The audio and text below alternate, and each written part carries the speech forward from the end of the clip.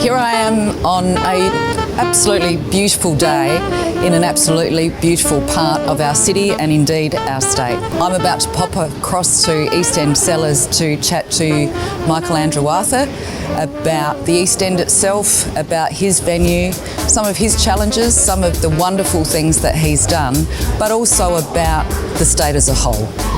There is absolutely no question that South Australia is rapidly becoming the destination state.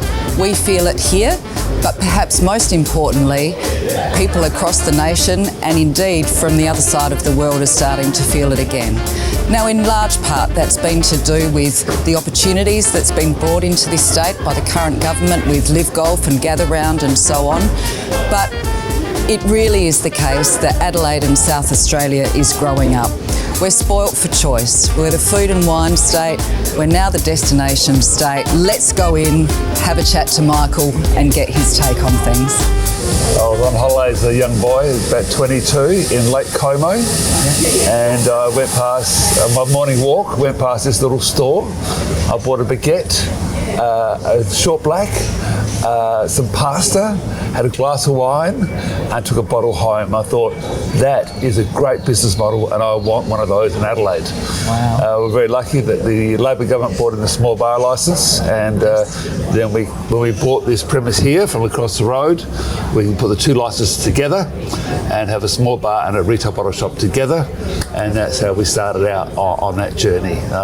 We came in 97. I worked with Chris Codling and Daddy Dvezovic at the Edinburgh, built the Edinburgh back in 91, and knew I was sort of a bit unemployable, so I needed to work for myself. So you bought yourself a job. I bought myself a job.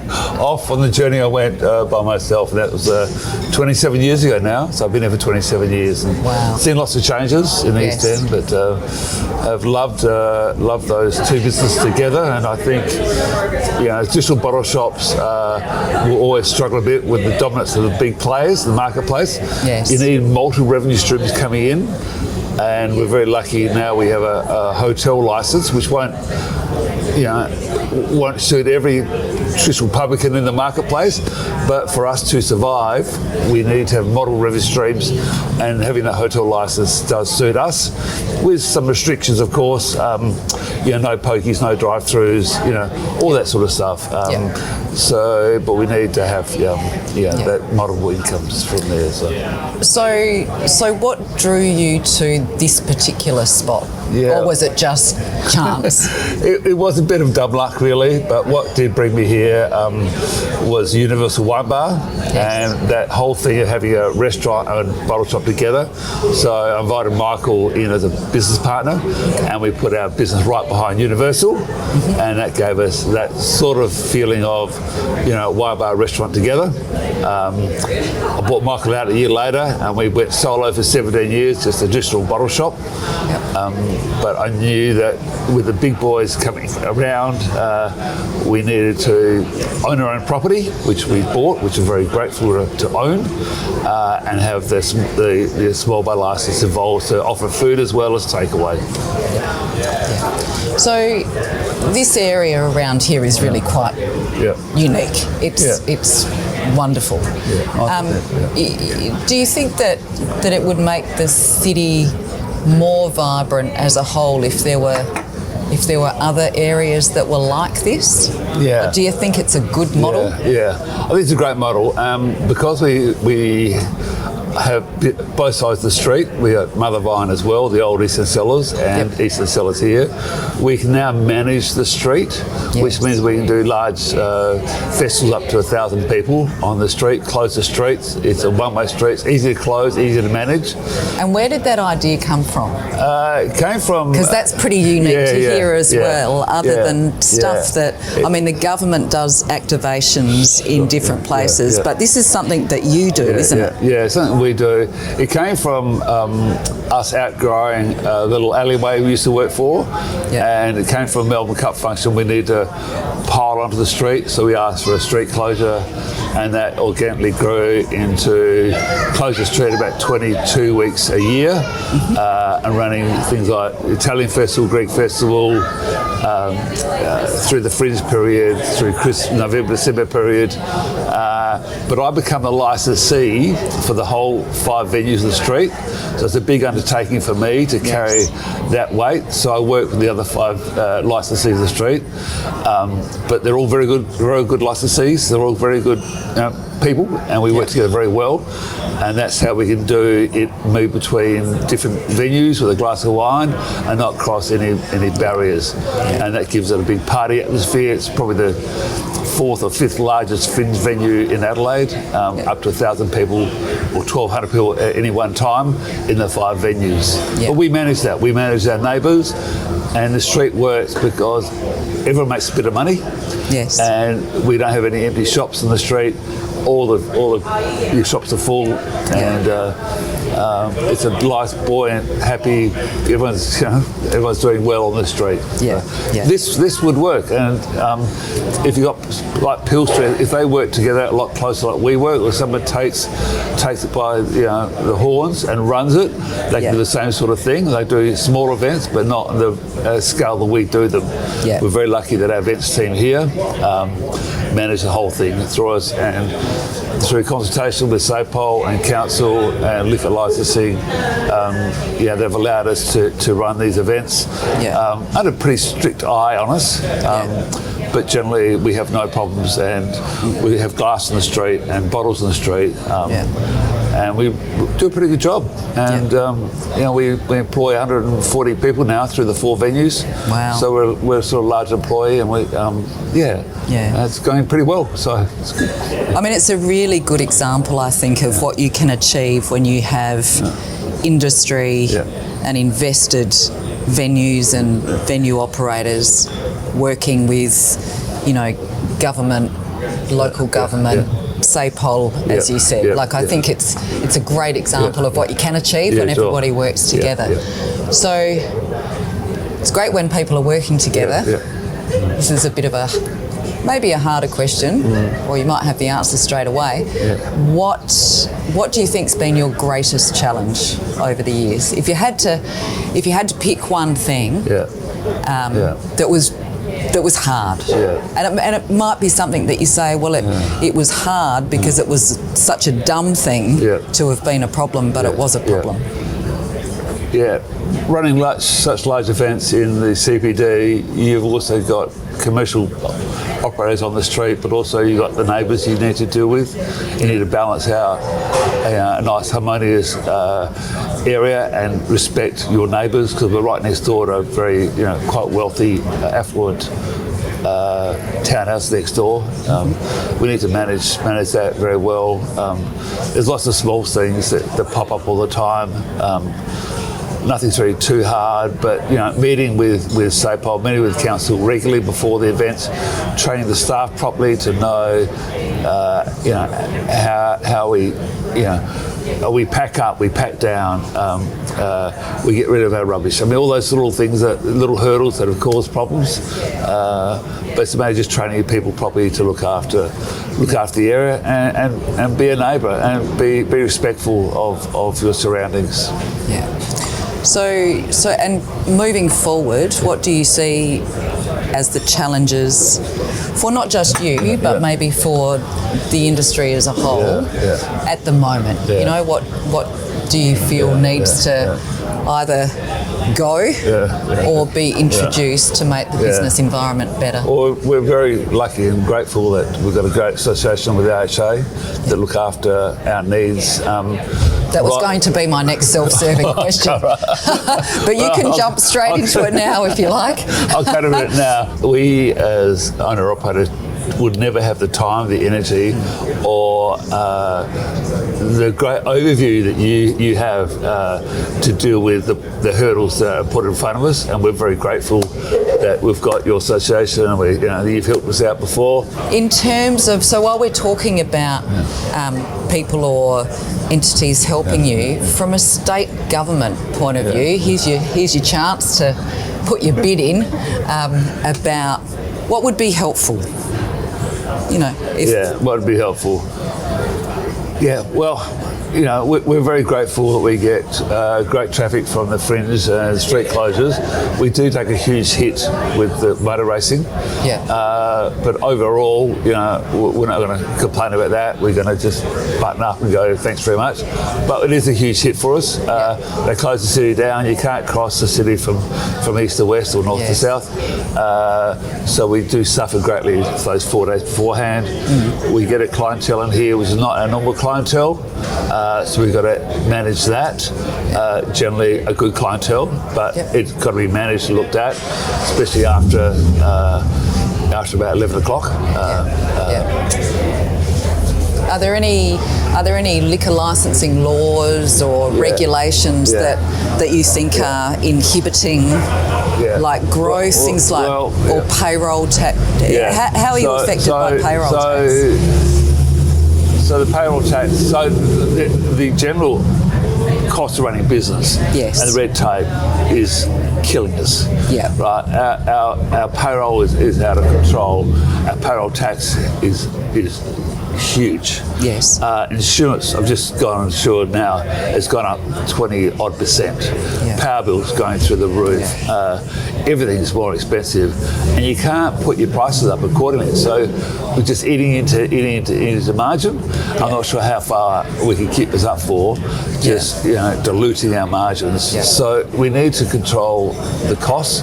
We look at it all the time, how we can change it, adding stuff like 1% on credit cards. I mean, we had to do it. Put our calls up $5, had to do it. But we're still not catching up. We're still running behind.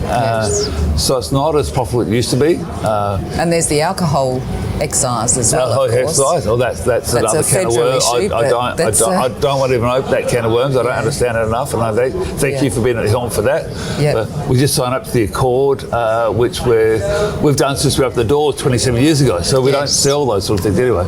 You were an early adopter in that space. And it works. Do you think it works? It works very well, and I'm very happy to sign up again to it officially. But I went to my license and I said I won't sell bulk stuff. I won't sell back then flagons and casks because it doesn't suit this area. I didn't want that in this area. This is a premium area, and it's a premium bottle shop with a premium offering, and it always will be. And us to maintain that is there's restrictions on what we sell.